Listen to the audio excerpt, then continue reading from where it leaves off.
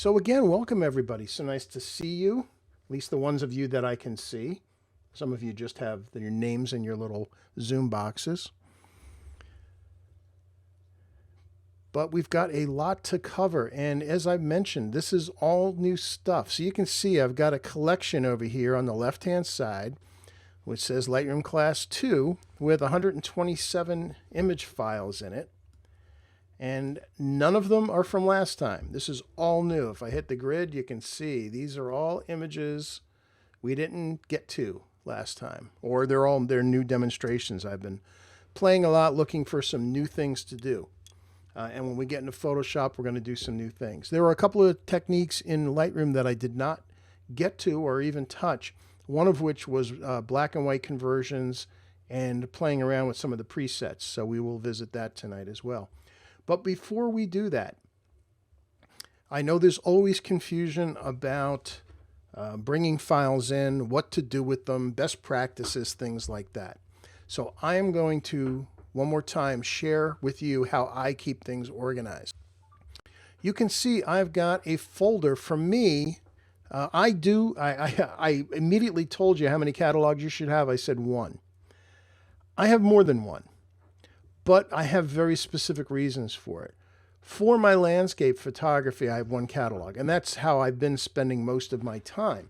But that is going to change a little bit as it gets a little warmer, because now that we're past COVID, at least mostly, I'm going to be doing some portrait photography classes and workshops again. So I generally try to keep my portrait work separate from my landscape work, because they're two different things. And I also have a third thing I do, and that's commercial work. That's work for clients. So I don't want them mixed in amongst all my personal stuff. So I have three catalogs. I have my landscape photography, portraits, and commercial client work. For most of you, unless you have those needs, I recommend just having one catalog. And since everything I do is based on a place, I have a folder. So think of this hard drive as being a file cabinet. Literally, just imagine it's a file cabinet, and each of these folders are literally folders that you would put in a file cabinet. And if I open up locations, in fact, let me just open up the folder. These are folders within locations. So you can even think that locations, as far as images go, would be my file cabinet. I have a specific file cabinet just for everywhere I go. And in there are all the folders of places. Most of the time, I have one folder per place. In this case, for some reason, I decided for a couple of years to put Grand Teton in its own folders. I've stopped doing that. In fact, I'm going to, when I get a chance, move these into my Grand Teton folder. Places that I go to a lot, I have a tendency to do that. You can see I've got a bunch of Durango folders too. Realistically, there's no reason for me to have done that. I don't know why I did. I don't do it anymore. You can see this is some previous years. So everything is going to end up in the Durango Telluride folder. The beauty of this is that every time I go somewhere, I go to the same place a lot. I go to the same places every year for many, many, many reasons. One being, I love photographing there.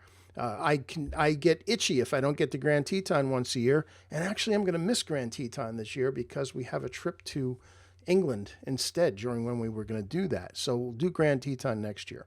But you can see as I scroll through here, I've got all these locations. So when I go back to a place, I will just create a new folder. So instead of having, you can see I have Cape Cod in May and September 22. I will just copy these folders into my Cape Cod folder. Now, if I were to do it here outside of Lightroom, if I take this Cape Cod, May 22, and drag it into here, should I do it? Should I let it go? If I do, I'm going to get exclamation points. Why? Because I did it outside of Lightroom. Lightroom is a database and it maintains the links. If I move stuff here, it's not going to work. So when we go back into Lightroom and I go look at Cape Cod images, a bunch of them are going to be gone because I just moved that folder into the main Cape Cod folder. That was bad on me. You should do your moving while you're in Lightroom, or you're going to have problems.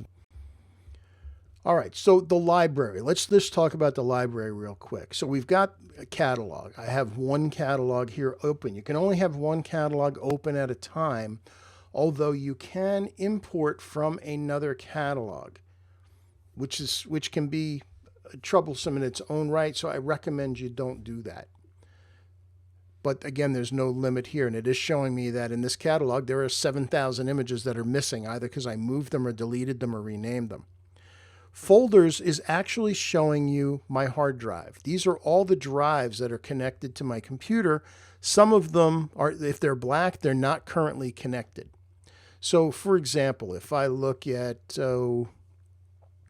let's say Seagate 8 terabyte, here are all the images. Now some of these, the location numbers are going to be different because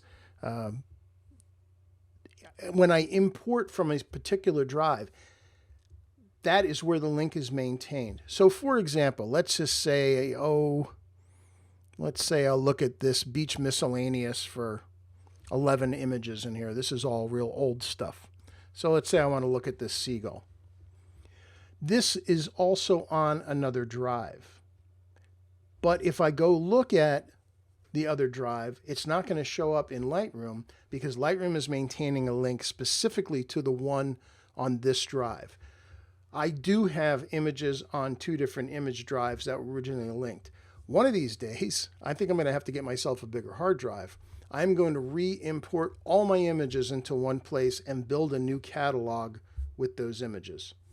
Subject for another day. That's something that will take 3 or 4 days for the computer to do. I'll do it when I'm going to be away. But what happens every night is that all my drives back up in both directions. And it happens overnight. I use a software called SuperDuper. I had mentioned the Windows one last time. I forget what it was. I'll look it up when we take a break.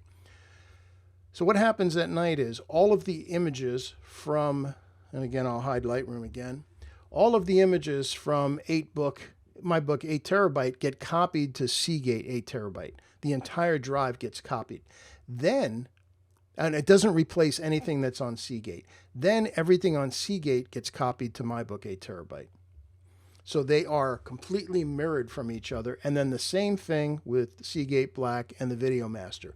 They get their same copies. So what that means is I have all my files on two different drives, but Lightroom is still only seeing them on one drive. So if I were to lose a drive, I would have to reconnect the files from the one that's remaining, which is not that big a deal because once it finds one, if the structure is the same, it will do it. The beauty of having your catalog on the drive that your images are on is they are on the same drive. But if you're in a desktop situation like I am and like some of you are, then it's fine. Keep your catalog on your desktop and have your images on your other drives. Just try to be consistent. I went through some times when I was not being consistent. So that's what happened. I have images that I brought in from the Seagate 8 terabyte. I think what happened was I had drive die and I replaced it. And for some reason, I started importing images from the new drive. So I have a little bit of a mix up there. My bad.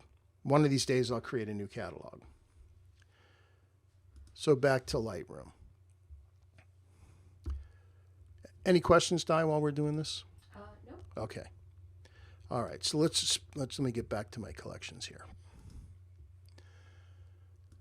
Okay. So folders show you stuff on your computer. Now, interesting is you have this plus thing.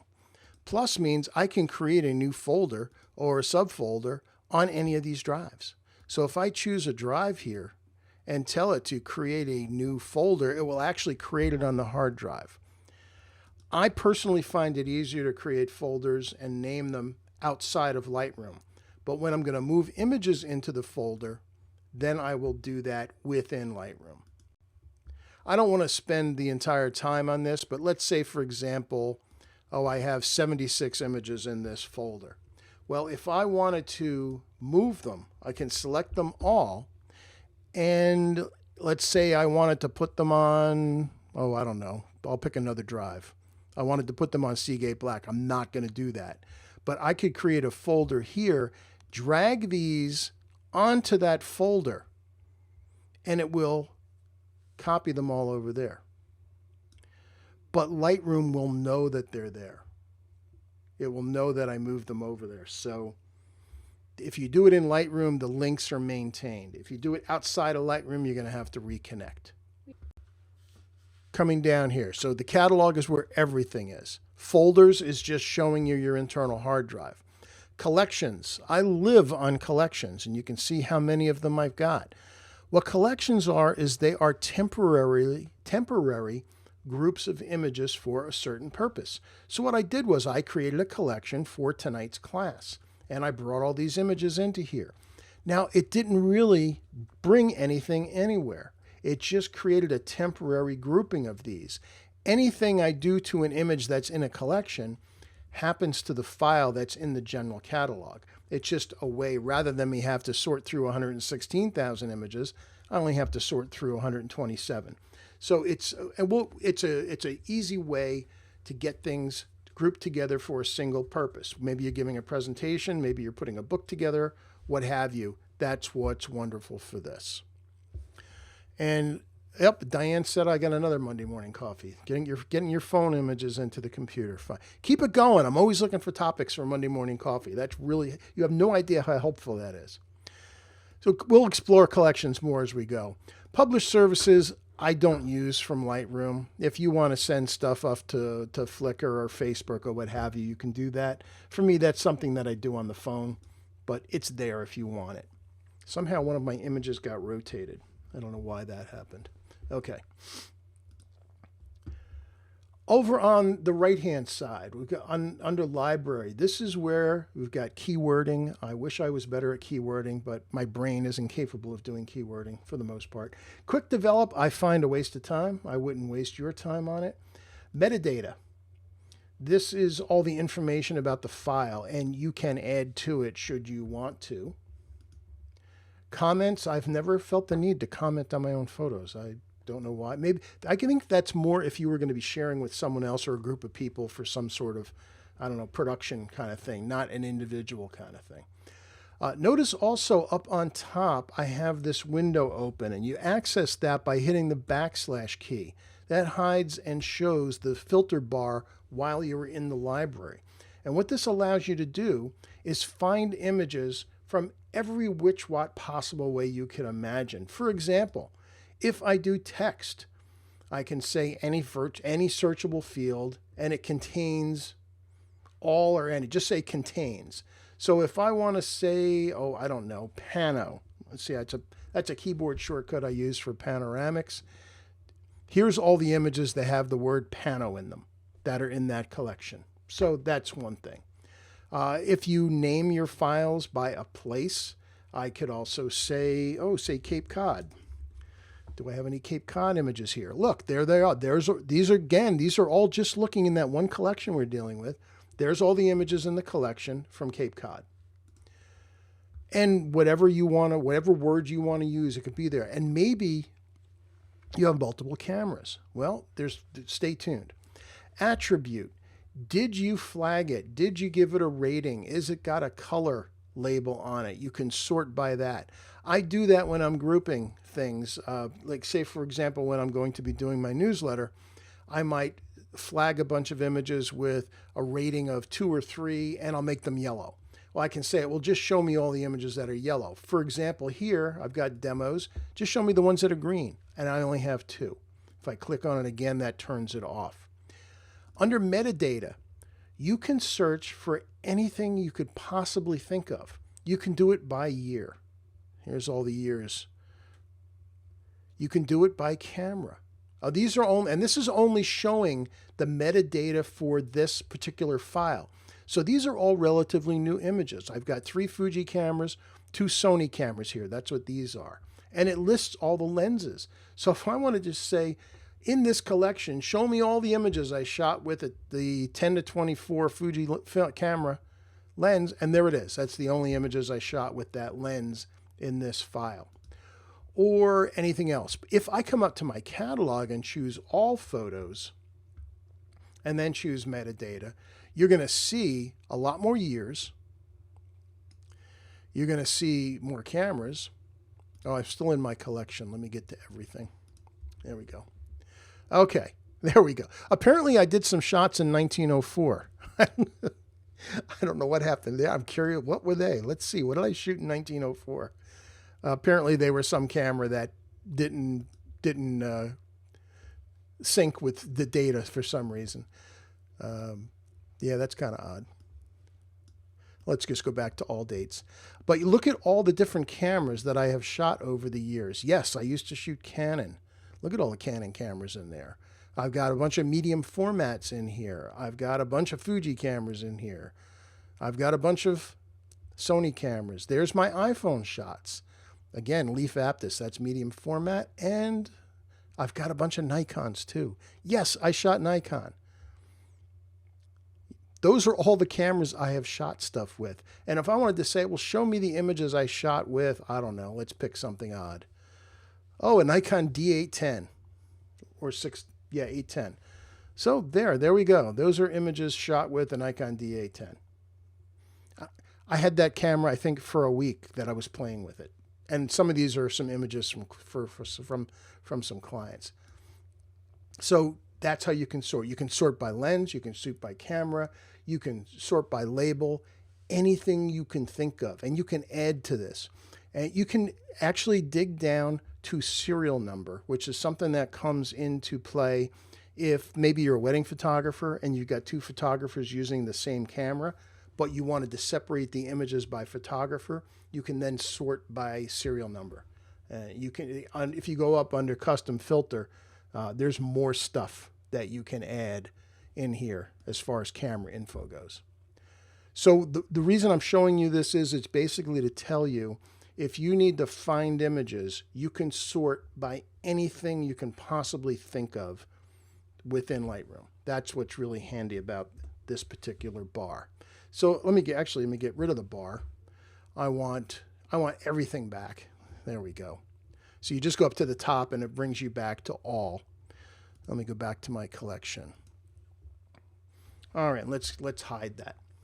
Okay, also while we're in here, anything else in library? No, except now here's where we do the importing part. So let's click on import because I have some images on a card I want to bring in, and I have the card on my computer. These are a bunch of videos of some sculptures on a project that I'm working on, but if I scroll down, this is actually going to have a bunch of shots that were taken in Savannah. And you can see these are all waiting. This is a whole portrait story thing we did while we were in Savannah. Let me back up to some of the more landscapey things. So I did this. The reason this image is grayed out is because I already imported it. That's why that's doing that. So if I come up to the top, and I'm not going to import these all right now. Let me just pick a couple. I took this one shot for a personal project. I wanted to take the worst photo possible that as far as edit goes. I wanted to see how easy it would be to get rid of all of these lines and maybe a photographer or two. Yeah. So again, I can hit G to go back to my grid.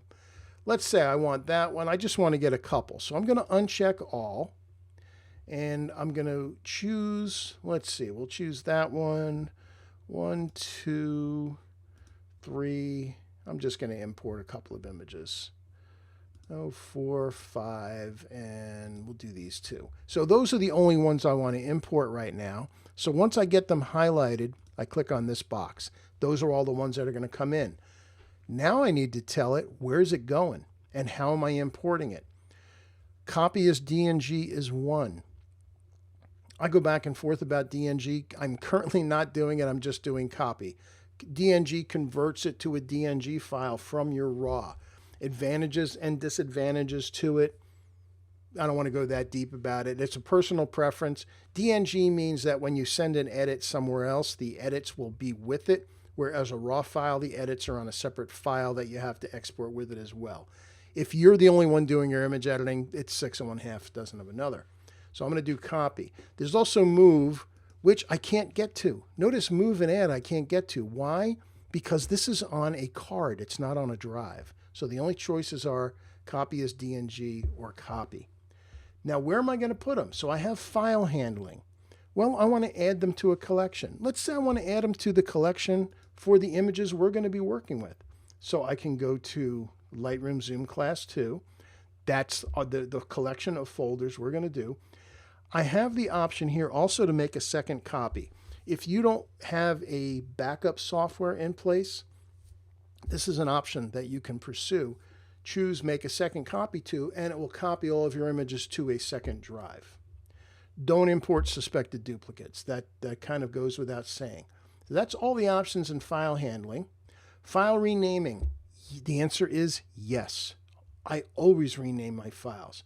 I don't want untitled and then the name of the file, because remember, you only have 4 digits in your file naming. You only have 9999. Once you hit that, it recycles, and you're going to end up, if you have 116,000 images like me, you're going to have 10 plus images with exactly the same file number because you ran out of numbers. So give it a rename. My favorite is shoot name, original file number. I'll still keep the file number, but I will preface it with a shoot name. In this case, these were Savannah 2023. The extension is fine. That's all I need to do. It's going to bring in these 5 shots, or however many I selected, and rename them. And you can see, here's how it's going to rename it. Savannah 2023 with the 4 digits of the name of the file and the extension, which shows which camera it was shot with. Apply during. Develop settings and metadata. I just leave it do its normal thing. I'm not going to change those. And then destination. Where is it going to go on your hard drive? So if this is my book, it's one of my location drives. I will scroll down, and I'm just going to scroll down to Savannah. Here's a Savannah folder.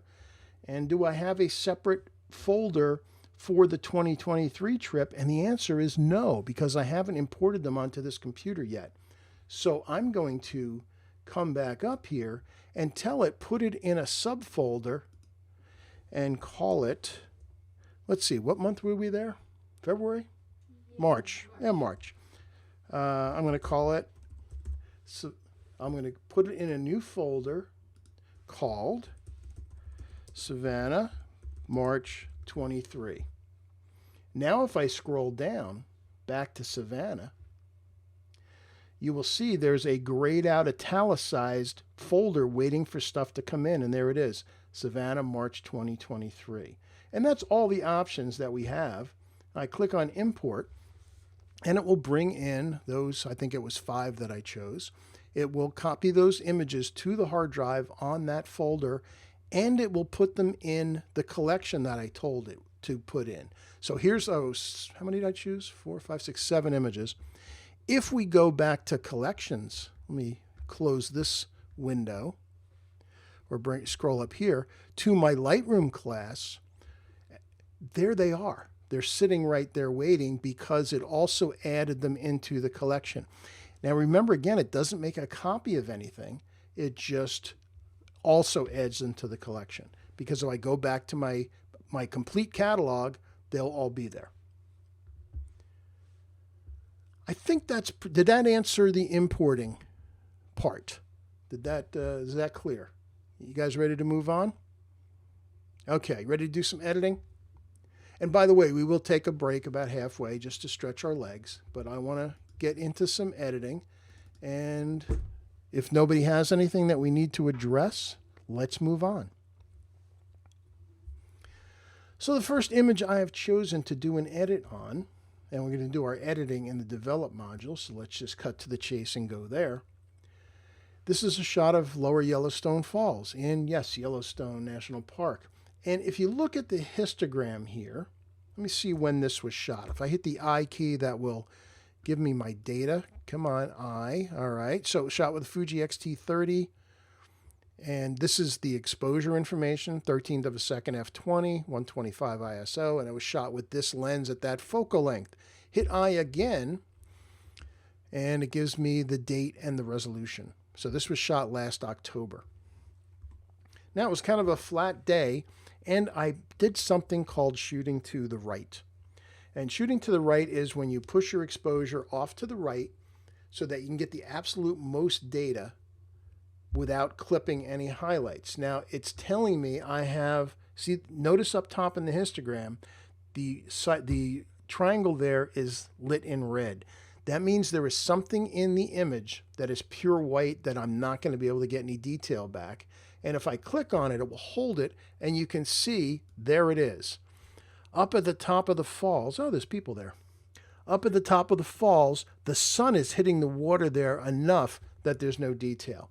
Is it really a problem? Not particularly. I can cut to the chase by going to the basics panel. Let's see how far we have to bring the highlights down to fix that. Now, there's still no detail there because once it hits red, that's it. There's no detail. But we can make it not pure white. It will bring it down a little bit. And when you have something like water that's being hit by the sun, it is pure white. Even to your eyes while you're standing there, that's what it's going to look like. But the rest of the image is really flat. And the biggest problem, the reason that we're here doing this stuff is that our cameras just don't capture stuff the way we see it. Look at the rest of the histogram though. I don't have anything that's black. Black is kind of empty here. Most of the data is in the lower third to the middle. And by the way, the height of the mountains here in the histogram means nothing to you that you care about. All you care about is the right edge, which is pure white, and the left edge, which is pure black. There's nothing anywhere near black here, so that's fine. In fact, we're going to need to fix that by adding some. So what are the problems? Well, highlights are pretty good. We could bring them down a little bit more. The shadows we certainly don't want to make darker, make lighter, because they're already light, so we're going to leave those alone. In fact, anything, we're going to probably bring them back. But before we do that, let's add some presence, because that's going to darken the image. Now, texture is very fine edge sharpening, so let's add a little bit of that. Not going to really show up a lot on this, but you actually, if you look closely in here, you can see it. The very fine details get sharpened. Clarity is medium sharpening, so we'll add some clarity. That will add a little bit more to it. And dehaze is a heavier sharpening that has a big darkening effect as well, so let's dehaze some. Ah, that's starting to look good. In fact, we can add a lot of dehaze to get the tonality of the image back. Notice also as we do this, our reds have reappeared because it is changing the exposure a little bit. It's moving the tonality of the image, so I'm going to bring down the highlights a little bit more. Now notice it's turned white instead of red up in the histogram here. What that means is it's almost pure white. It's not pure white, but we're safe. So I'm going to just turn that warning off so we don't keep seeing the red show up. So the tonality of the image looks pretty good now. Now we need to bring back the color, and it's going to need a lot. So under vibrance and saturation, vibrance will increase the saturation of desaturated and cool colors. Well, in this case, the entire image is desaturated. Let's see what it does. We'll add a bunch. Okay, that's a help, but this is really desaturated. We need a lot more. I'm going to add a bunch of saturation. Oh, that's looking better. Excuse me. Okay, that's looking a lot better on the foreground. There's a however. There's a however coming. There is some local stuff that needs to be fixed. The color of the falls, and I think maybe of the river, have gone a little bit too cyanish, little greenish blue. So I want to adjust that. Also up in here, we've still got a lot of haze in the green, so we need to start doing some local edits. That said, if I hit the backslash key while we're in the develop module, it will back us up to previous edits. You know what? Let's do something easier. Command or Control apostrophe makes what's called a virtual copy of an image. So there's a virtual copy. I'm going to go back to the first one and reset it and select both of them. You can see them both selected here. If I hit the C key, letter C, that's compare. So we can see them side by side and see where we've come so far. And that looks pretty good. So we hit C and we go back to our edit, but it's still not quite there yet. We need to do some local editing. Now the right side of the image looks pretty good. Don't like what's going on here, and I'm not thrilled with the color in here. So we need to go into brushes. Now, most of the heavy duty brush work we're going to do, I'm going to save for tomorrow night, but some basic brush work is very important right from the get-go. So let's come back up to the develop module. We've pretty much done everything we want to do here. Maybe I will add a little more black to the image, since if you look at the histogram, we still don't have any black in there. So let's click on the black slider and bring that down a little. Okay, good tonality. Now we have to work on some local areas, so we need a brush. And that is under the masking panel, which is this thing right here. Now notice brush, linear gradient, and radial gradient all have keyboard shortcuts. Why is that? Well, one, because they've been around for a long time. Sky, subject, background are all new. But the ones that have been around a long time have keyboard shortcuts. Why? Because you're going to use them all the time. Brush is the letter K, linear gradient is M, radial gradient is Shift M. Makes no sense whatsoever, but you're going to use them a lot, so get used to it. In fact, you're going to find yourself hitting K a lot. So I'm going to hit K on my keyboard, which gives me a brush, and there's the brush in the middle of the screen. Now on the brush menu here, we have size, flow, feather, etc. I'm going to leave flow and density at 100%. I'm going to change my size on my mouse. Excuse me.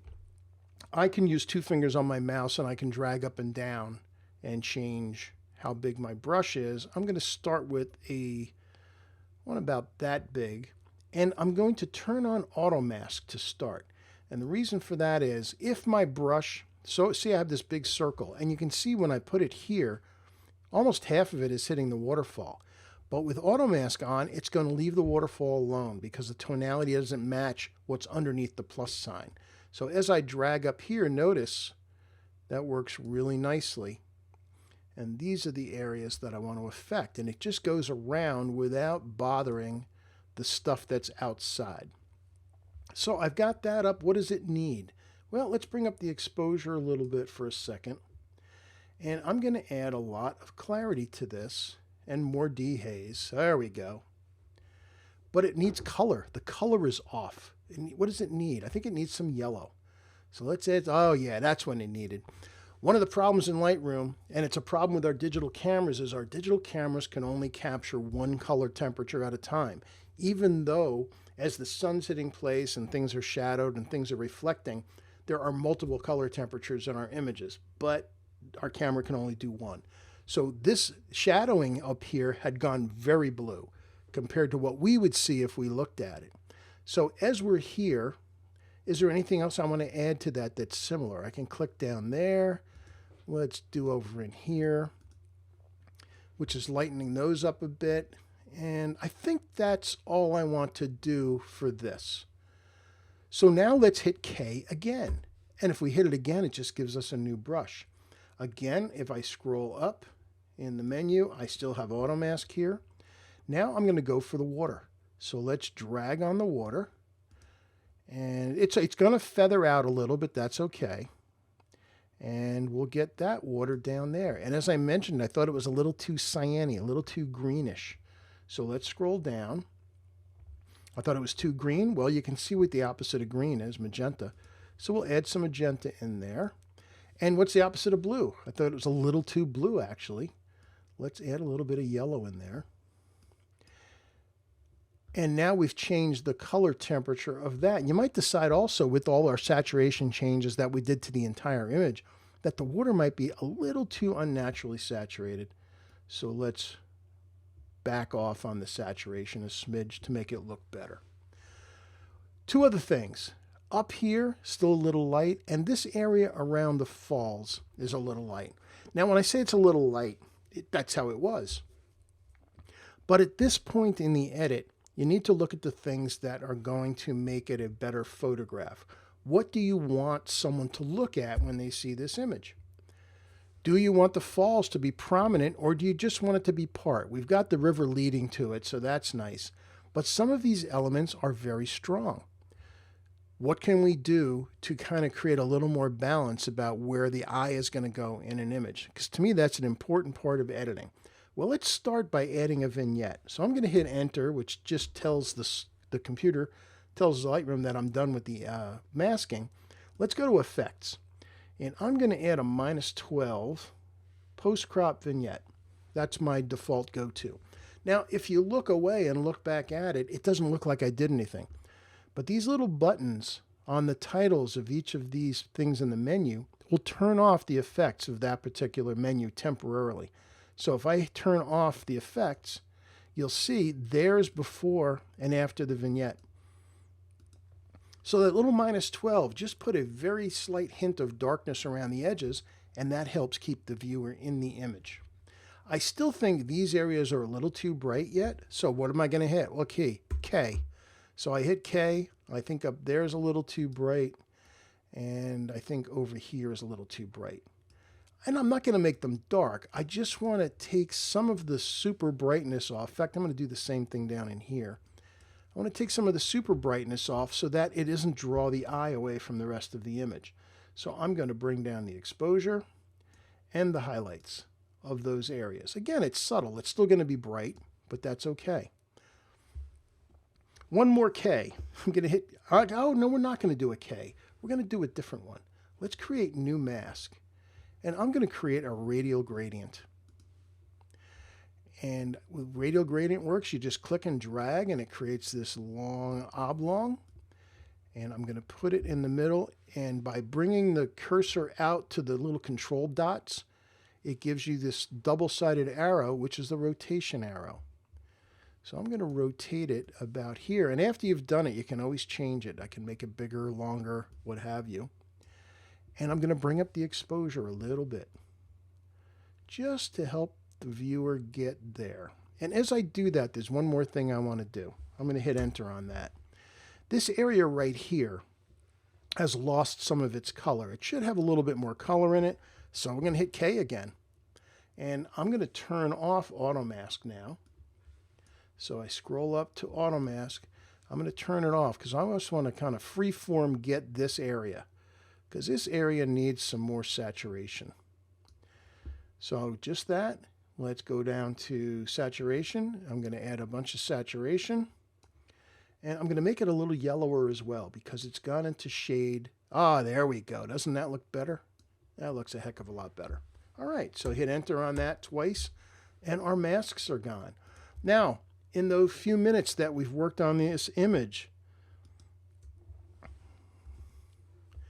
there's the raw file that we started with. Exposure is fine. It's overexposed, yes, although it was intentionally probably done more so than it needed to be. But by bringing those sliders back and bringing back the depth of the image, we've taken this image to there.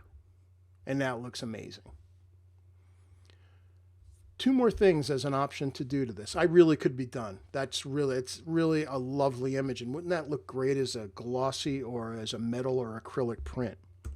Let's go out of full screen. I'm going to create a virtual copy of this one, our final edit, and make a couple of minor changes, and you guys tell me if you think you like it better. The first thing I'm going to do is I'm going to crop it. Why? Well, I'm going to make it a little more vertical. And I've talked about this before. I have a printer that prints legal size documents, and it does great prints as well.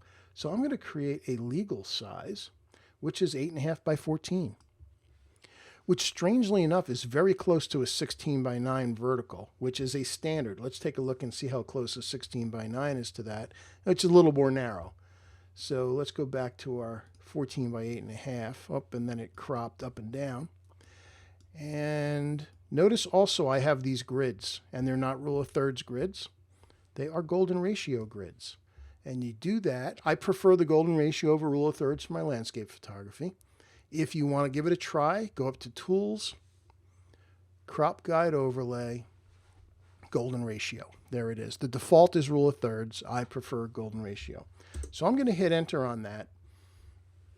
And the other thing I did not do is I didn't do any sharpening to the image. It's pretty sharp, but let's go to Detail, which is where sharpening takes place. And this little box here, I can click on here and put it out on the image somewhere. Let's say about right there. And it shows me in this little window here, that part of the image at 100%. So I'm going to add a whole bunch of sharpening. Really sharpen it up. but I can't see what's happening, and it's sharpening the entire image evenly. And I don't want that to happen. I just want it to sharpen the edges. So that I can see what is doing that, I have this masking slider, but you can't really tell what it's doing until you hold down the Alt key, which is the magic key of all things Adobe. Hold down Alt and click on it, and the entire image turns white. That means the entire image is being sharpened. As I drag this to the right with the Alt key being held down, you see only the stuff in white is going to get sharpened, meaning those edges.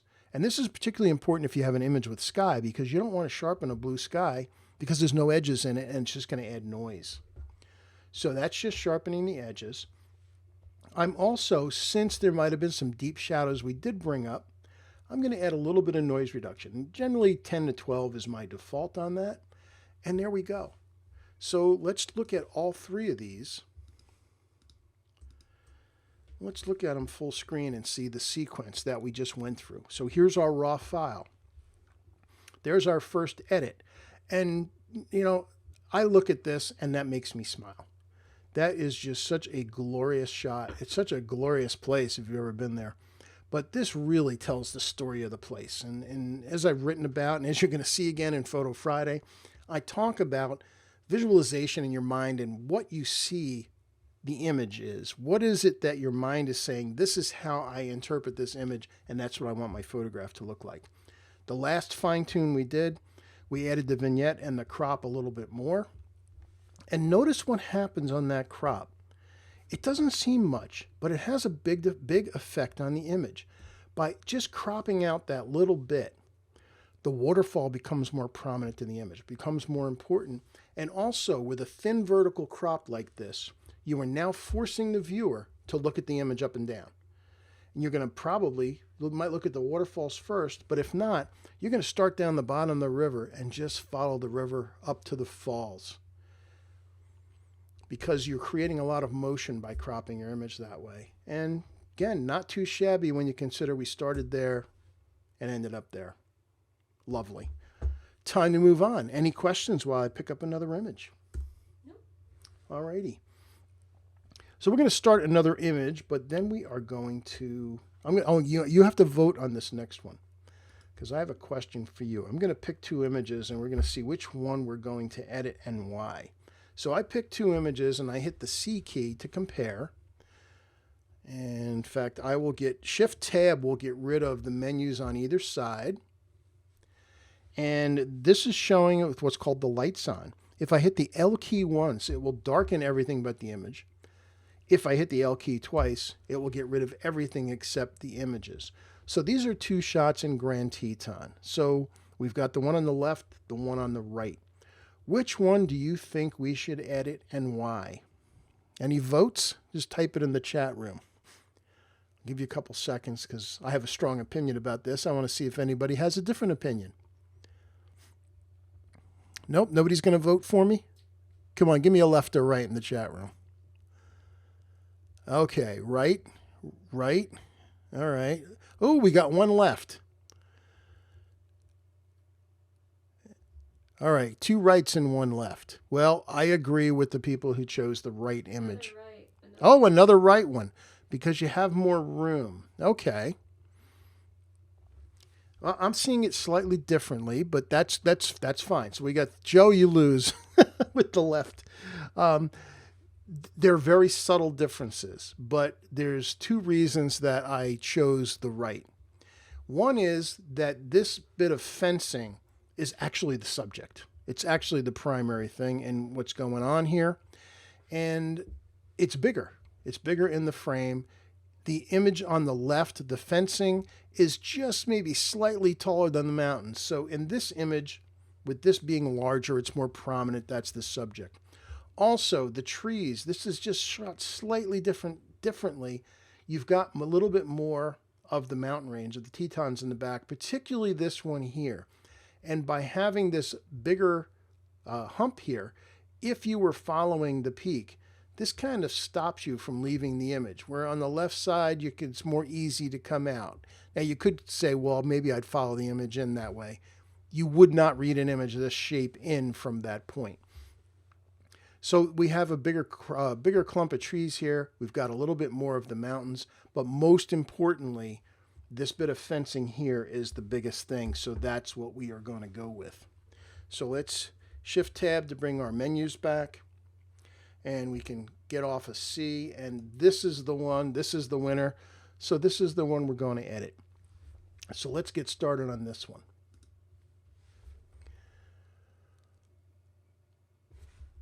So we look at the histogram up on the top here. Let's go back to our basic panel. We look at the histogram up top, and if you look at the exposure, it's really as good as it could be.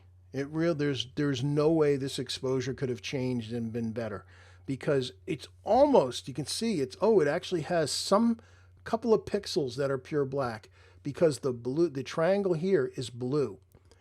So that means if I click on that, somewhere in here, there's some pixels that are pure black. Let's see, where are they? It could be 1 pixel and it would do that. Let's see. I don't see anywhere else that could be black. It's got to be in there. And it literally, like I said, it literally could be 1 pixel in the image has gone pure black. Well, even doing that, I can't find it. But anyway, not important. But the histogram is good. Right from the left to the right, there's nothing showing up in the white, which means that that is clear. So we can start to do our edit. As usual, what are the problems? Well, it's flat. It's lacking saturation. Tonality-wise, it's not terrible as we're looking at it. So let's cut to the chase and go to presence first. I'm going to add some texture and clarity. There is some haze. You can see there's a low band of clouds or fog here at the base of the Tetons. Let's add some dehaze to it. Yeah, that's looking better. And again, vibrance will increase the saturation or of the desaturated colors. Oh, and look what saturation does. That is lovely. And that quickly, again, I hit the backslash. Whoops, that's the wrong, it's showing me the other image. All right. That's what happens when you look at 2 images first. I just did a virtual copy. We'll reset our first one. So again, we can go back and forth. There's our starting point. And just with a couple of little sliders, that's what we did. So what do we want to do? We need to make the foreground more prominent, and we need to fix the sky and add some life and maybe change the color of the mountains off in the distance, because they've maybe gone a little bit too flat, maybe a little too blue as well. So what's the answer? I think we need to now treat the image in 2 halves. So let's get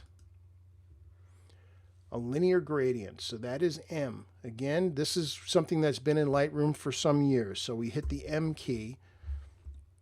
And what the M key does, I just click and drag. It's directional. So whichever way I drag, the angle follows.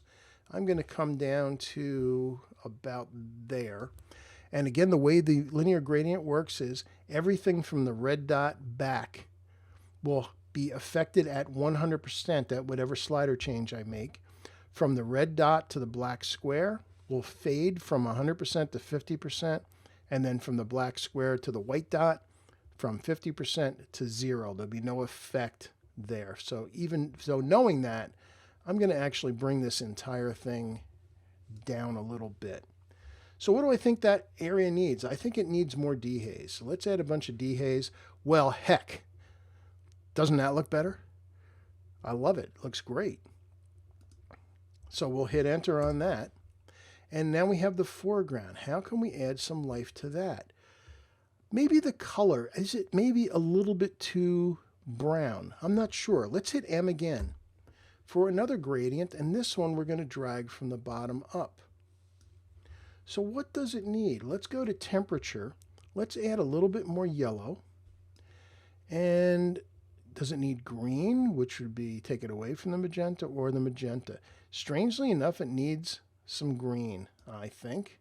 Let's see what happens if we add blue. Now it just takes all the color out of it. Yeah, I think it needs a little bit more life there. Now I'm going to cheat. Don't tell anybody, but I want to make these fence posts a little bit more prominent. So I'm going to hit enter on that, and I'm going to get our friend the brush. Remember, K. And I do want auto mask on.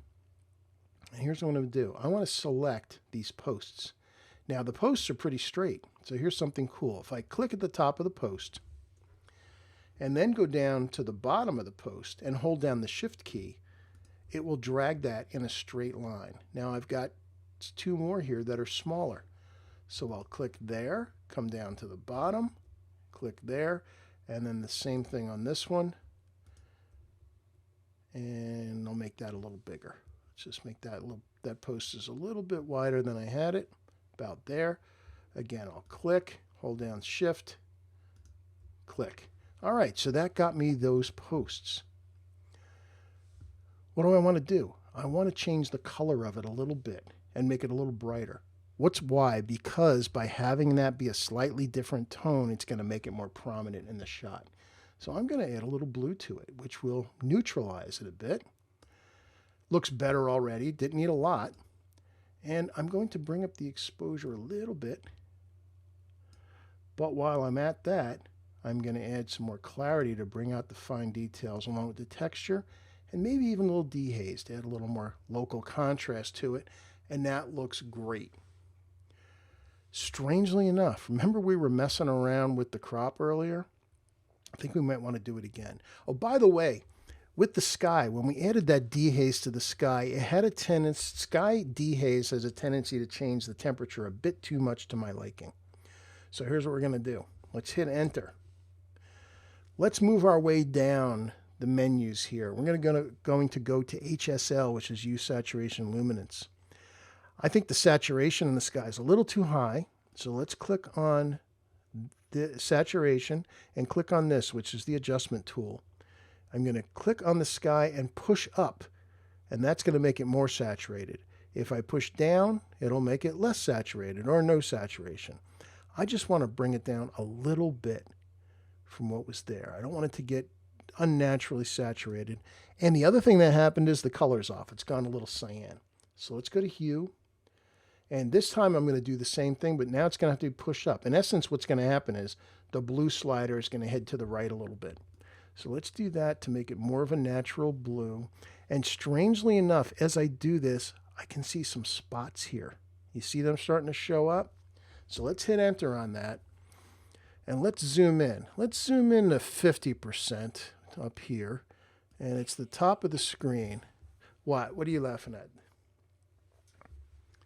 My wife's laughing at me. Yeah, I'm not laughing at you. I'm laughing at a message. Laughing at him. She's laughing at a message. All right. Can you see these spots? Look at that. 1, 2, 3, 4, 5, 6. I want to see them better. So let's hit Q, which is the spot removal tool or the spot removal menu, which is up here. There are now 3 different ways to get rid of spots. Now, if I want to see the spots a little better, there's an option down on the bottom right here called Visualize Spots. I'm going to click on that, and the keyboard shortcut for that is A. Any of the tools in Lightroom, by the way, if you want to know what the keyboard shortcut is for it, just put your cursor over top of it, and it will come up and show you. So think of Q&A, instead of question and answer, is spot removal and show me the spots. So I hit that, and I don't really see the spots. So let's make it more intense. Let's bring it all the way over, and you can barely see it. If you look right here, there's a small circle. These are very subtle spots.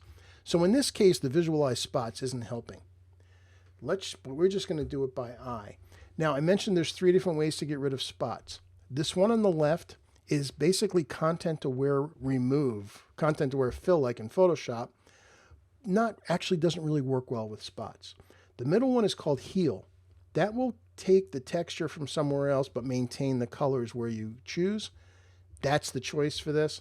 The third one is clone, where it'll take an exact copy of where you start and put it over top of your circle. For getting spots, very major part of the time, you're going to want to use the heal one.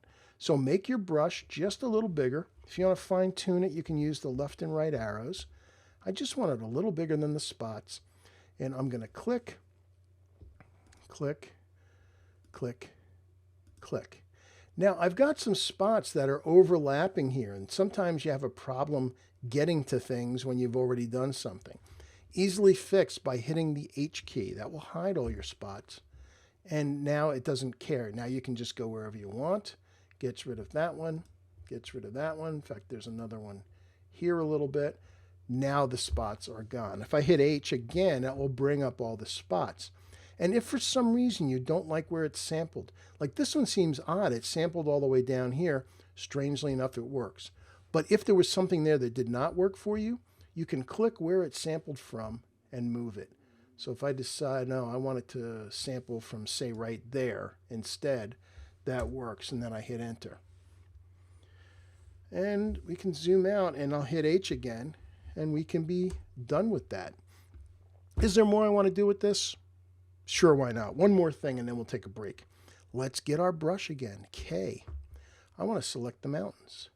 So I need auto mask on.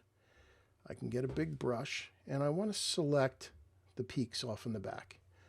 Why? Because there's still a color thing going on. They're a little bit too yellow to my liking. So we've got that. And by the way, if you want to see better before you start moving your sliders, you've got this color overlay thing, which the keyboard shortcut is O. And you can actually hit the O key and it will hide, it will toggle off that overlay color, even though it's still live. So I thought this was a little too yellow. Let's make it a little bluer. Oh, there we go. That's what it needed. Also, the shadows need to be a little bit darker. Let's add some more dehaze to that. Let's make the shadows a little darker.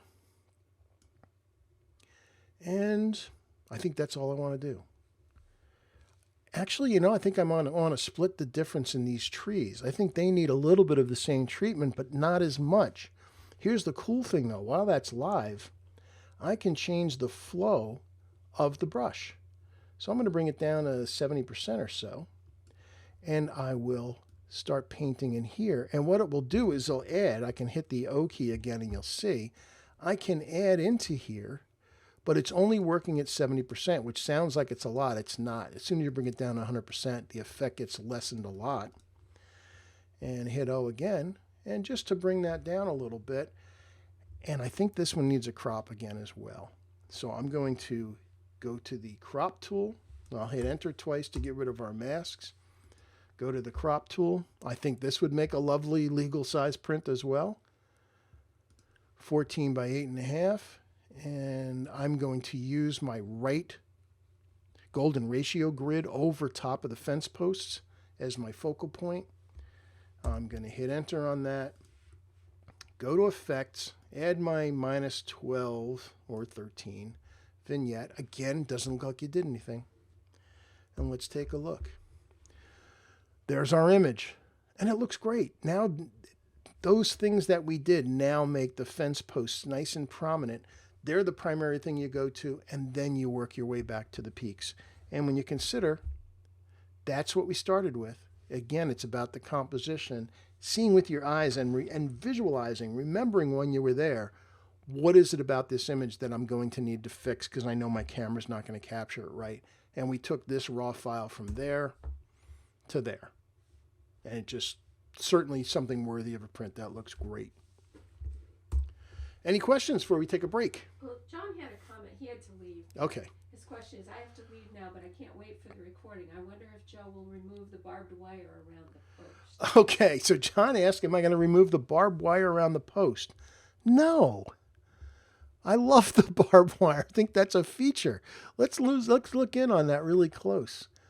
Yeah, no. I mean, could you do that? Yeah.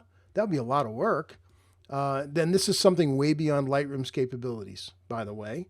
I could get rid of this one particular piece in Lightroom, but this loop around, Lightroom would never be able to handle it. And I like the barbed wire. I think it adds to it.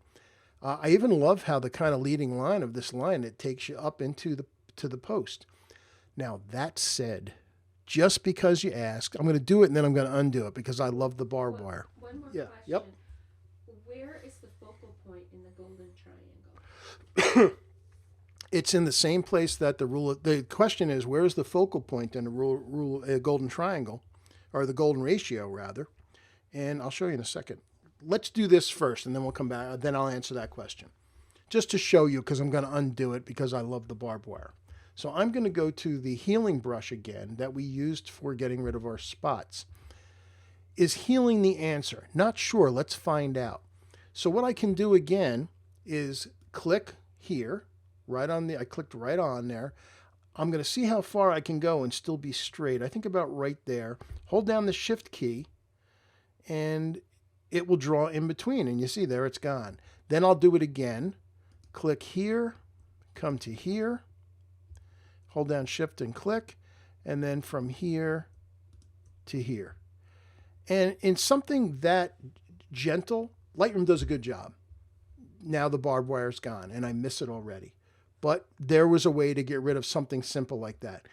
Trying to get rid of this stuff is asking way too much of Lightroom. We'll do something like that in Photoshop. Now that said, I'm going to go to the history panel over on the left, and I'm going to get rid of all these heels because I love the barbed wire. But you can see here, I can go back and forth. I can see my process and progress as I did those edits, but I don't want them. So let's go back to our full screen. I'll bring up the golden ratio in my crop. So in the rule of thirds, typically what are considered the main focal points, and again, they're guidelines, they're not rules, are the borders where they cross, the intersections. These 4 points right here are considered for this particular one. Now there are more. There are more variations on this. If you go up to the crop guide overlay tools, you'll see there's all kinds. There's the triangle. If you want to play with them, go ahead. The golden spiral, you might have seen that. And the golden spiral rotates. How do you rotate the golden spiral? I forget how to rotate it because I don't usually use it, but it'll rotate, and depending on if it starts in which corner, and it will go from here to here to here to here. That's another option. Don't typically use that, but it's there. The end of the curl, the end of the spiral should hit those 4 points. Close to it. It's not exact, yeah. The triangle is kind of interesting. What that does is it divides the image diagonally and then does perpendiculars to the corners, and the two perpendicular intersections excuse me, are the strong points. In this case, it does land on there. Again, don't be a slave to these things. They're just guidelines. But I find in general, when I'm doing my compositions, I am working in the golden ratio because I find that is my best composition. And as you look at this is just from use of doing it and having it ingrained in my brain. But you can see that my top line is right happening along the base of the mountains, which is technically my horizon before the mountains rise there. One more question? One more question, yes. And this is from Fred on the falls. Yes. On the falls, is there anything that can be done to the white spot at the top of the falls? In a print, I suspect it would come across as a dust spot or imperfection. Good question. I like that. Okay, so we'll do it to this one. So Fred had a question about the white spot on the falls. Do you mean the one right at the top of the falls? Is that the question? Is that the spot? The actual highlight right here? Yes. Okay. Can I get rid of that? Yes, not in Lightroom. That would be a Photoshop fix.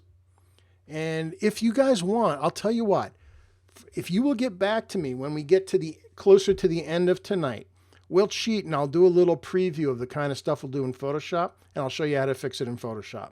Fair enough? Yeah. Okay. Remind me when we get like about 15 minutes left. So, but let's take 5 or 7 or whatever you need. Get up out of your chair, take a little walk, get something to drink, do a bio break, whatever you need, and I'll be back in 5 minutes or so. All right, is everybody back? Everybody looks back. What do you think, Di? No, I think everybody's back. Okay. Yeah, so now that everybody's here, I just decided to take care of this now. So what I did was I took this image and I sent it into Photoshop.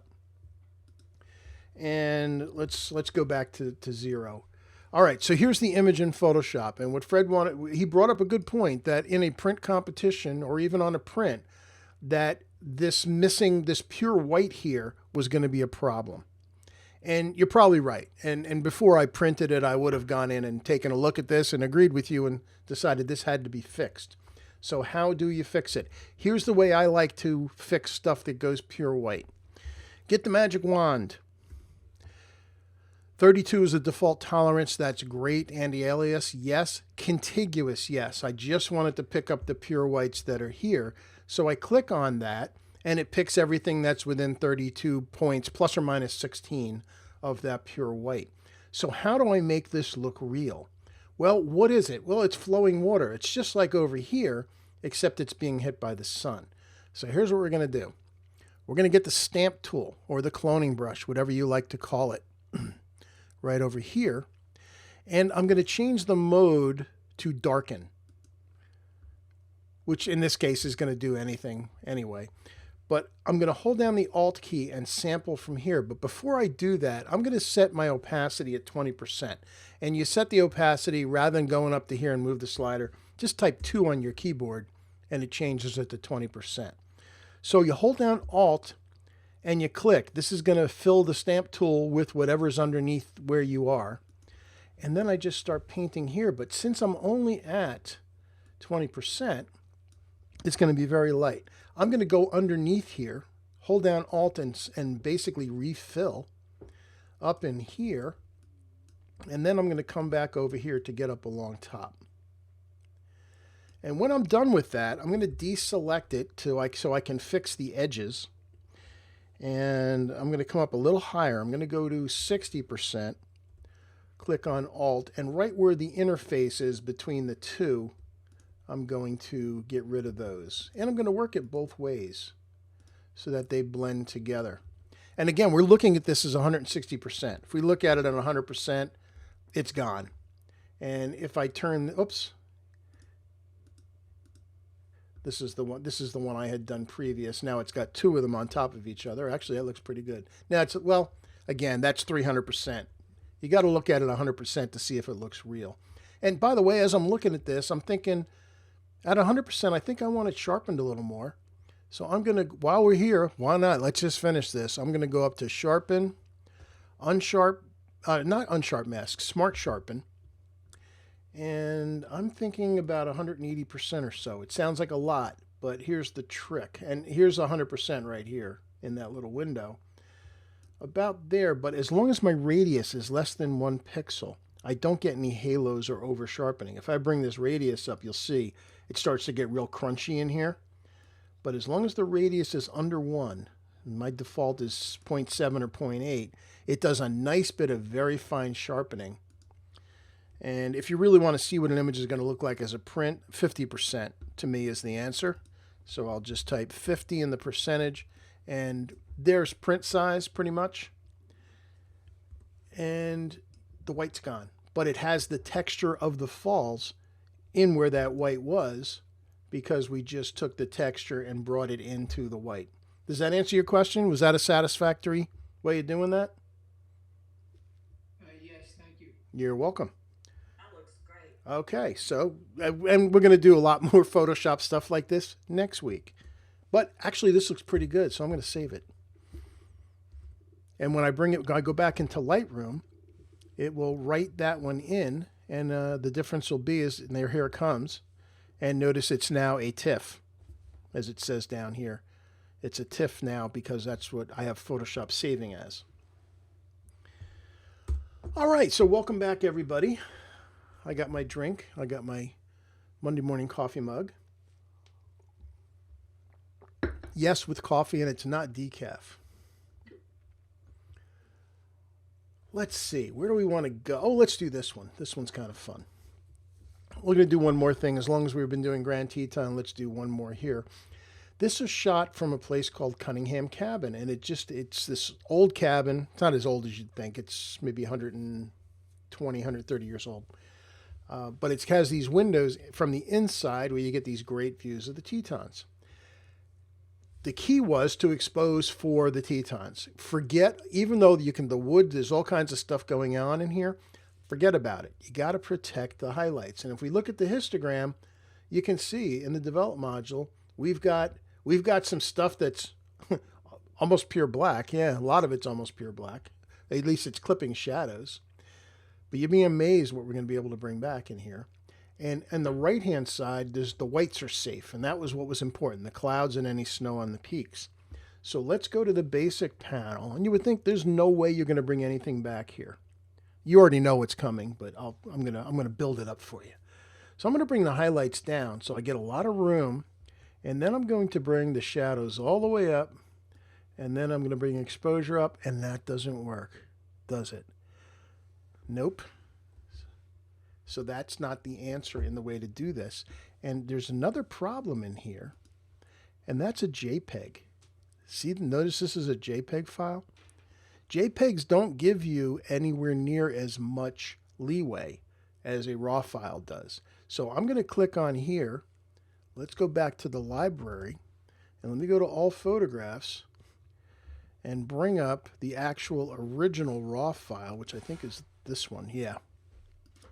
Here's the actual RAW file. In fact, while I'm here, I'm going to drag this back into my collections that we're working in. And when I do that, and now it's back in my collection file.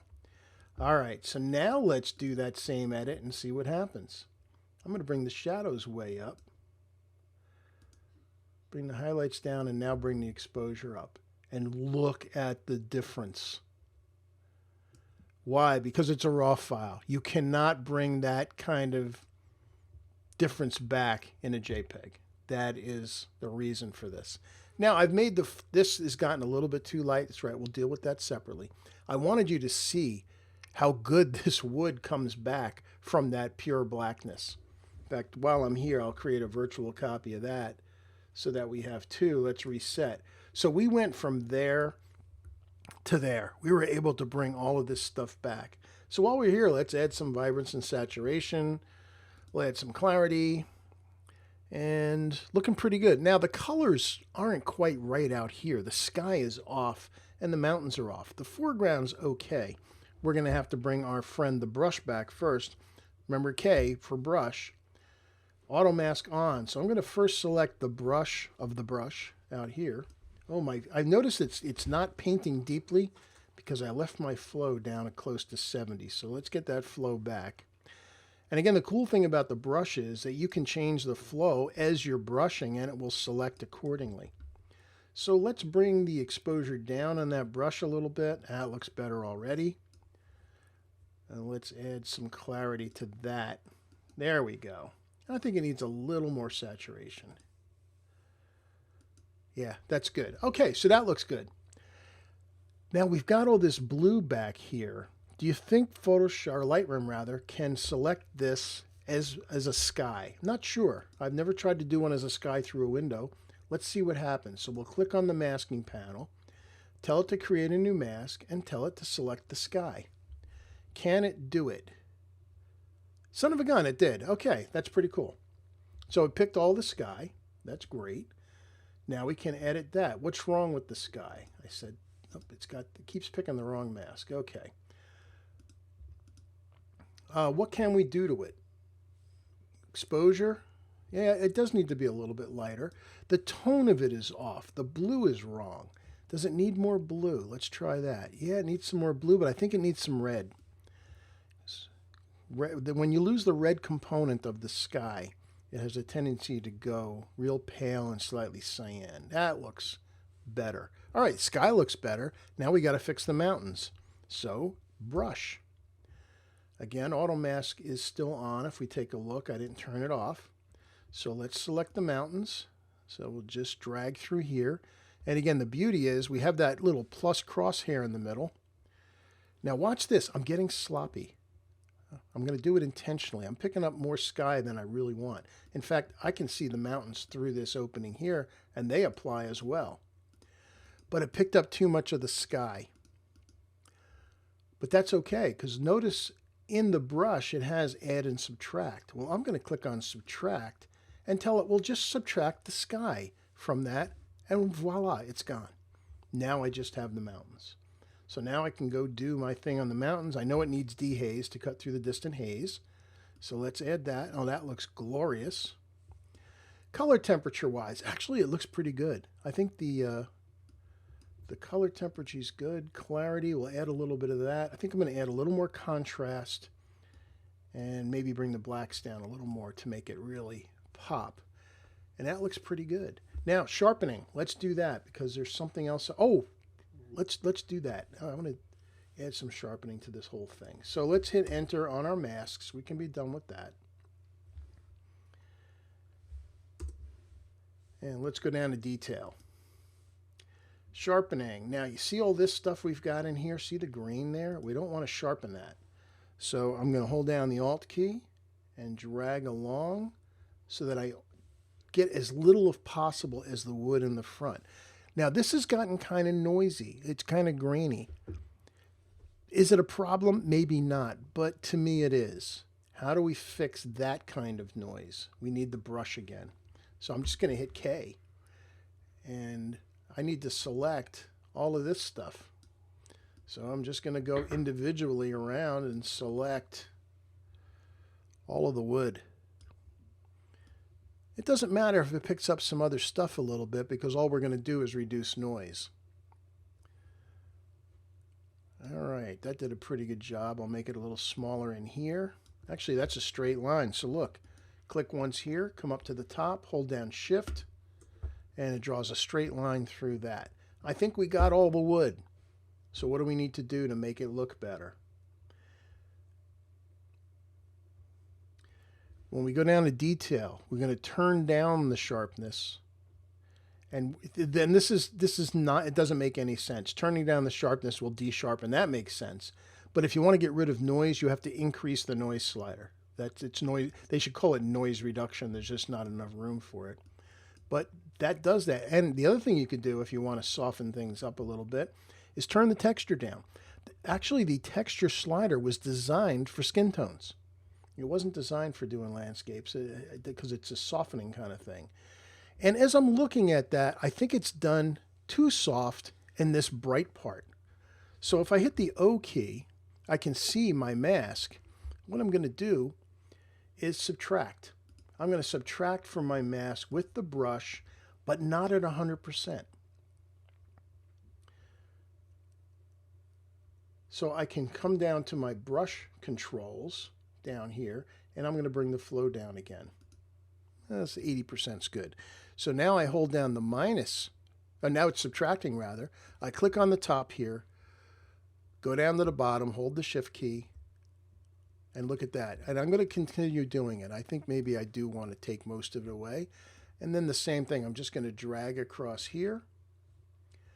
And those are really the only two places that I wanted to have the noise reduction turned off. So let's hit enter on that. That brings some of the sharpness back into here. And everything else looks good. Let's hit enter. I'm happy with the rest of it. And if we go to full screen,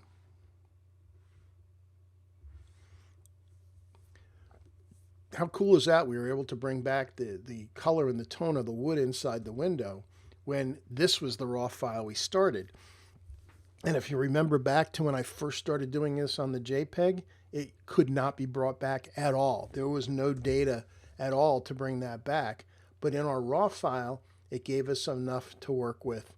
And you might still think there's some noise in the shadows. There is. There's two things to consider about this. One is somebody once told me that if somebody's noticing the noise in your image, like the grain in your photograph back in film days, it's not a very interesting photograph. The other thing is consider if you're going to print this, what you're going to print it on. And if you printed this on something like a canvas print, then you wouldn't notice the grain at all because the surface of the canvas is going to break that up and everything would look just fine. Any questions on that one? Okay. So again, pretty amazing what you can do. And as long as we're talking amazing about what we can do, let's take this image. Let's see. We got two here. Oh, I like this one better. All right. So I created a virtual copy again right away so I can show you the process. This is actually, this was in Savannah. And this is the Tybee Island Pier. And we're all standing underneath this taking pictures. And you would think pretty blah day. Well, actually, there were blue skies going on here, just coming and going, but it was a little bit hazy out. You would think no way to bring this back. And we look at the histogram, there's a little bit of pure black. Oh, it's very little. So if I click on the blue, I just found it. Look up on top of the image. There's the pure black. Let me go to 100%. You can see it. There's the pure black. Nobody cares. That's fine. And as far as our highlights, we have a lot of really bright stuff, but nothing has actually hit pure white because notice the highlight clipping triangle up here is not showing any color in it, which means there's nothing white. And if we hold the cursor over top of any of these whites, look at the numbers that appear underneath the histogram, and you'll see none of them is 100. Once they hit 100, that means it's gone completely. But we have data there. Even though it looks like it's blown out here, it is not. So let's cut to the chase. Let's bring the highlights down and look at how much texture is actually in the sky there. And there's more to be had. So let's bring the shadows all the way up. You would think that's too much. Nope, stay with me. Because again, remember the presence sliders are going to add some darkness. Clarity, dehaze, and the saturation's completely gone in this image. We're going to add a bunch of both saturation and vibrance. And again, that quickly, we've gone from there to there, but there's more to do. So a couple other tools that are really cool in Lightroom. This horizon doesn't look exactly straight to me, but I'm not sure how much off it is. So you click on the crop tool and you have this angle tool, and the angle tool will, if you drag it across something you know to be horizontal or vertical, it will fix it for you. So I know the horizon should be straight. So I'm going to click on the horizon, drag across to the other horizon, and let go. And it moves. And look at that. It was less than 1%. It was 0.6 degrees off, but it's enough. You can see it. Now, the other thing that's going on here is when you're shooting something like this, when you want everything to be perfectly symmetrical, I want this dead center, I want the same amount of room on the left and right, I can see there's a little extra room on the left. So if I come over here and make it the same, the problem is I wasn't standing dead center, or the pier isn't exactly symmetrical, one of the two, because now the opening here is not particularly dead center. Can I fix this in Lightroom? Actually, the answer is no. I can't fix that in Lightroom. I can adjust it somewhat. We will save that for Photoshop next week. But in the meantime, let's fix what we can here. You can do a certain amount of perspective fix in Lightroom, but something like that, no, that would be asking too much. Could I make it different? Yes, I could, but it would create other distortion problems that I'm not going to go into today. All right, so what else is going on? We have different color temperatures in this image. Down in the bottom here, this sand should be a lot warmer. The ocean should have a little bit more of a green-blue color, and the sky should have its own thing going on too. So we've got 3 different color temperatures here. Let's start with the sky. That's easy to get to. So we click on the mask panel and go to sky. Oh, let's try some dehaze, see what that does for our sky. And it helps. I don't like the tone of it though. Don't like the color at all. So let's put some blue back, and we're going to, oh, that's terrible. Don't like it. Do not like that. So that's not the answer for this particular sky. So I'm going to double click on the temperature and tint words. That will reset those. Dehaze, is that the answer? Whew, I don't think so. So let's double click on that to reset that. Let's bring the exposure down a little bit. See if that helps. And I'm going to bring the highlights up. And we need to fix that blue. That's the problem, but the answer is not in here. We need to go to HSL to fix that. So let's hit enter on our sky mask and go to HSL. So we've got a hue and a saturation and a luminance problem. So let's click on hue first. Let's fix the color. So I'm going to bring it over more to the blue. That looks, there we go. That's a little better blue there. A little more neutral. We will bring up the saturation. Okay. I mean, this wasn't like a really bright blue sunny sky, so don't worry about that. And we're going to bring the luminance down just to darken it up a little bit.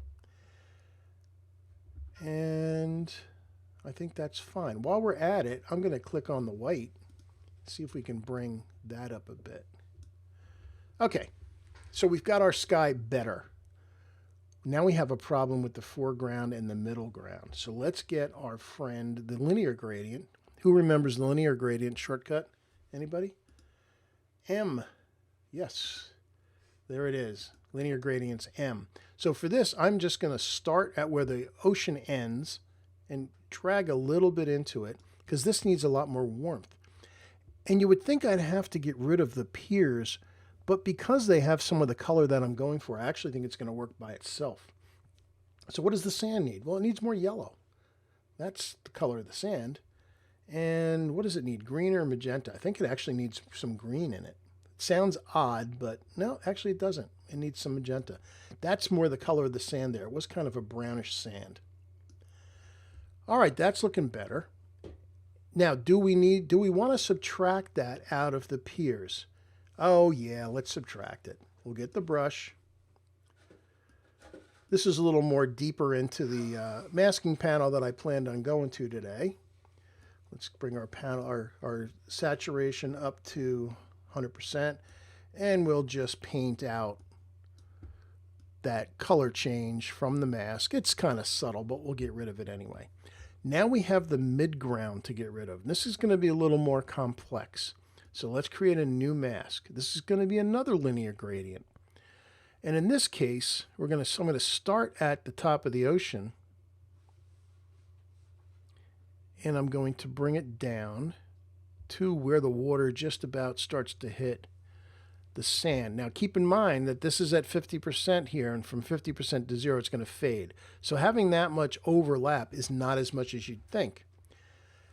What don't we want? Well, we don't want the sky, for one, right? So let's subtract the sky from it.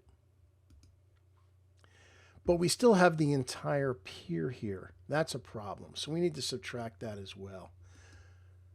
In fact, what I'm going to do is I'm just going to subtract it with another linear gradient. And I'm going to start right above and have it come down to there. And that gives us just the middle. So we'll hit enter on that. Now we still have the piers here. Let's see if the piers need it. We might be able to leave them alone. What does this need? It needs saturation. The sky, the ocean has lost its color. And actually that's pretty much the color of the ocean. That's looking pretty good.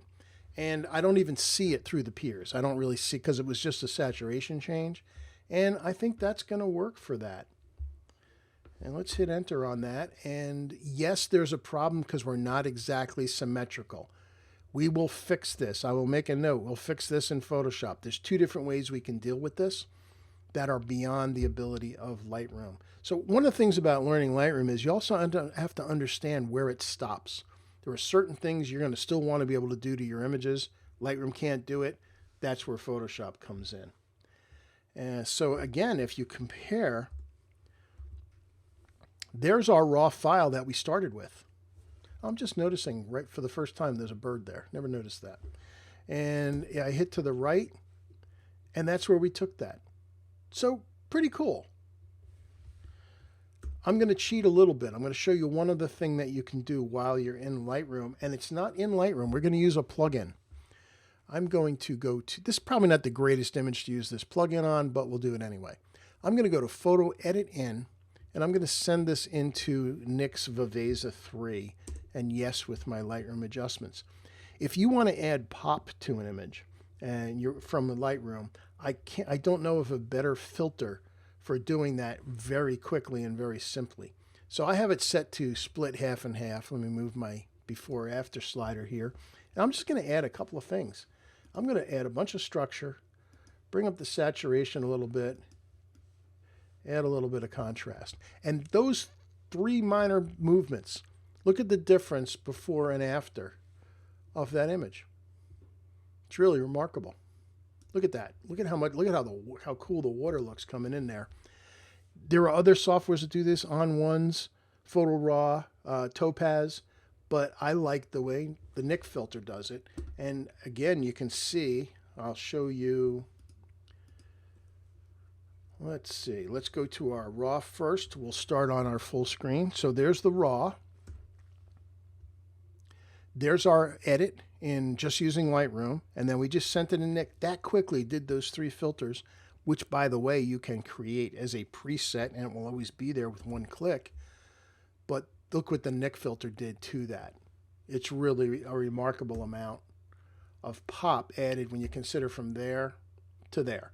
And like everything else, it's flavoring to taste. If you think it's too much, then don't do that much. It's whatever looks good to you, and that's all that should matter. Holy cow, it's 8:54. We got to do another one. You guys got time for another one? Everybody good? Just hang around a bit. Okay, everybody says yes. All right, let's do another one. Let's see. What do we want to do? Well, I'm going to save Tuscany for. We'll do Tuscany tomorrow because that's going to be too complex. Let's do something that's not too crazy. It's going to take a long time. Would you like a mountain or a lighthouse? First person that answers gets to choose. Okay. All right, a mountain it is. All right. Okay. This mountain is actually called, believe it or not, it's called Red Mountain. And this is just north of Silverton, Colorado, in between Durango and Ouray. And the problem I had when I took this image is this beautiful white cloud back here had to be protected. I could not let that get overexposed. So again, if you look at my histogram, I am very close. I don't want to say dangerously close. I'm about as close as you could safely get by trusting the histogram in the camera to keep that white from clipping. Because if this clipped, the entire photograph was ruined. There was no bringing it back. On the other hand, if I look and the shadows, see how dark that looks? That looks terrible. And you look up under the histogram though, even though it looks pure black, you see numbers there. They're low, 1.3, 1.6, 1.8, but they're there.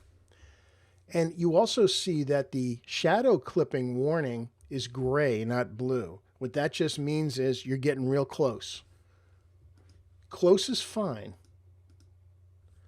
So let's see what we can do. Obviously, shadows all the way up. Well, not enough. I need to bring up the exposure, but remember my highlights are already really close, so I need to bring the highlights way down. And then I can bring the exposure up because that gives me more headroom to work. And there we go. Texture, clarity. Doesn't need a little dehaze adds a nice little bit of contrast. Needs some saturation. Yes. Some vibrance. All right, the sky color is off. So let's go to HSL. Whenever you have this extreme a change, light and dark, the sky's going to move. There's just no way around it. So I'm going to do my normal +12 hue. And it's also a little bit faded, so I'm going to bring the saturation up a bit on the sky. And that just looks glorious. Now, compositionally, the problem is we've got some competing sizes in the image vertically.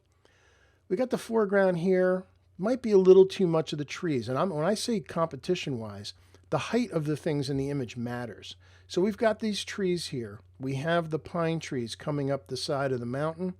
We have the mountain peak, and then we have the area from the top of the mountain to the top of the sky.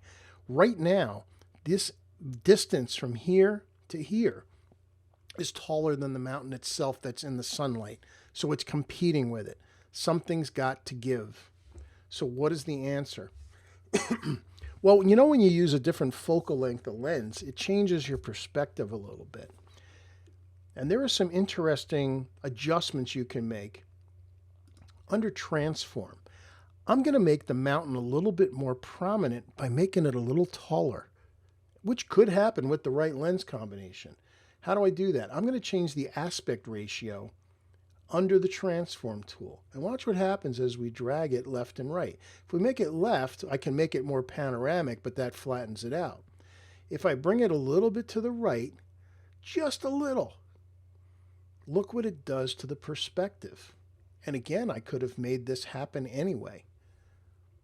Now we've got the mountain a little bit more prominent. There's a little too much up top. Let's get the crop tool. I'm going to bring that down. I don't want to clip off the top of this tree, and the other tree got clipped off, but there's a break that you can't see anyway. There was a little car, top of a car at the bottom, and we'll get rid of the stuff that we lost from there, and that's looking pretty good. Now, I say pretty good. We still have some competing issues. First of all, let's put our vignette back in, because again, we want to make somebody get here. We want to make their eyes get here. So let's go to Effects. I'll do my -12 vignette. And that did slightly darken up the entire image. Again, I want the viewer to get to here. So let's get a brush. Oh, I'm not going to even bother with the menu. Let's just hit K. I'm going to turn off Auto Mask, and I want a nice big brush. And I'm going to do two things. One, let's see, where's a path? I'm going to draw a path between those two, and I'm going to add a little bit more there, a little bit more there, and gently bring up the exposure. Just gently, just a little bit.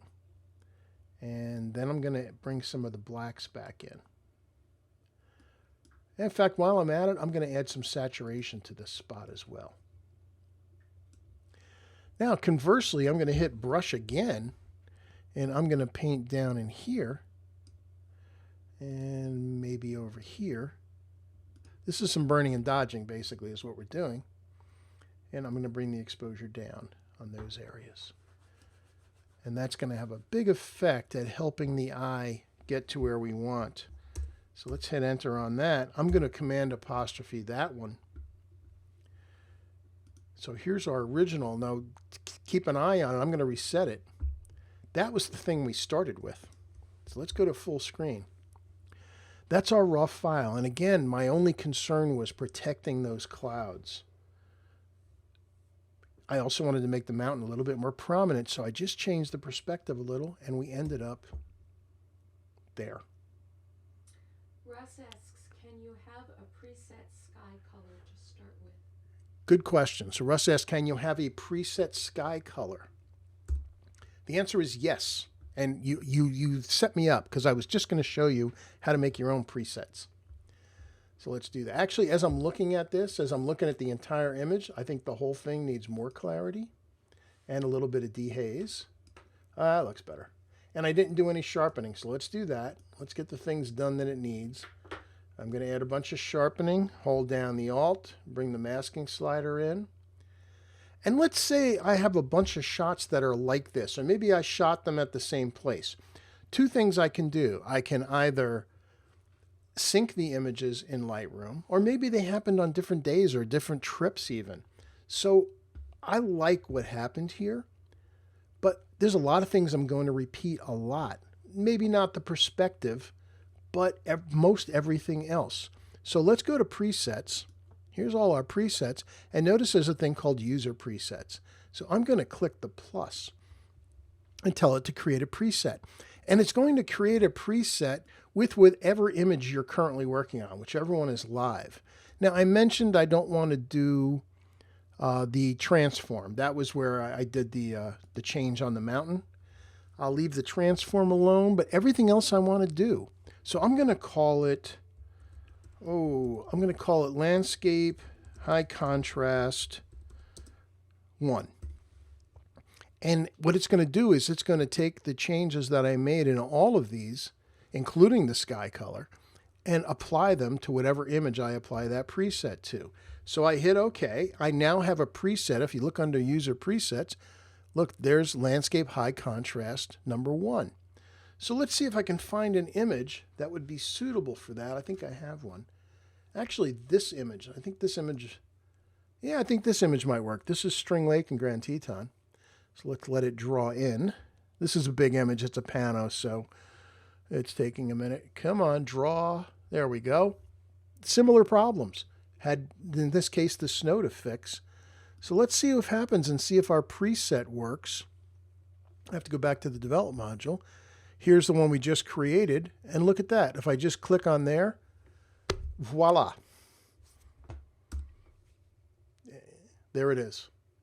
I didn't do anything to that image. I just took the same changes I did to the previous one and fixed it. And oh my God, I've got spots again. Spot, spot, spot, spot. Okay.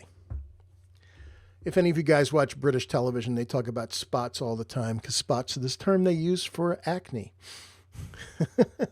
But anyway, if you always found yourself doing the sky, you can just create a preset for a sky fix. And for my sky fix, it's almost always plus 12 on hue, which brings the blue over plus 12, and a little bit of saturation and a little bit of brightening or darkening, depending. But again, the presets are just starting points because remember in Lightroom, every edit you do is not actually happening. All it's doing is applying it to basically the thumbnail, the preview of what you've got in the image. None of these changes get built into the image until you actually export it or send it out to print. If I send it into Photoshop, it's no longer a raw file. But you always have your raw file because you can't edit a raw file. All you can do is make edits that will be built in when you export from Lightroom. And yeah, I got spots. Oh, I have to fix that. But anyway, you see how cool that is. Once you have something, you can find other images that kind of have the same problem. Oh, as long as we're here, let's see. Here's another one. And I want to work on this image tomorrow, but let's see how good our preset does. Yeah, it didn't apply exactly, but it's not a bad starting point at the same time. It still needs other things, but it did an okay job on it. So that's how easy it is to make presets. If you find yourself doing certain things, like for example, my cropping that I do. Let's create a crop preset. My post-crop vignette default is -12, -13. That's fine. So all I do is go to create a new preset. I'm going to check none because the only thing I want it to do is the post-crop vignette, which is right there. That's the only thing. So I can call it post-crop vignette and hit create. And then if I have another image, let's just pick some image. Let's say this one, and I want to put a post-crop vignette on it. Go to user presets. There it is. There's my vignette. How do I know it's been applied? I can turn it on and off, and you can see the before and after. And you also see, there it is. It goes to the slider right where we put it. So it is a nice time savings. In fact, if you watched the video from, I think, both Friday and Monday, I talked, one of the videos was all about creating presets in Lightroom. I think that was Monday Morning Coffee. Alrighty. Wow, it's 10 after 9 already. Okay, well that's it for tonight. That was a lot. Oh, it was my pleasure. And so I have homework for you guys. Here's your homework. Write down a couple of things that you would like to see in Lightroom or you had questions about when you're using Lightroom so that I can incorporate it into some of the demos I do tomorrow. Deal? Okay. All right. Well, thank you, everybody. That was a lot, but it was some fun stuff there. I hope you saw some things you can put to use pretty quickly. You will have the recording. I know we blew through a lot pretty quickly. That's the nature of these things. But once you have the recordings, then you can just fast forward, stop, start whenever you want. And I'll have edited down for you when we're done. Thank you very much. So everybody, hey, have a good night, and I'll see you all tomorrow. Good night.